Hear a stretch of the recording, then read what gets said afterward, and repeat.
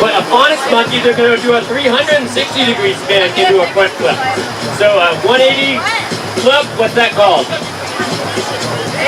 180 front flip, what's it called? Mixed nasty, exactly. What's a 360 front flip called? A phonics monkey is a 360 front flip. Good job.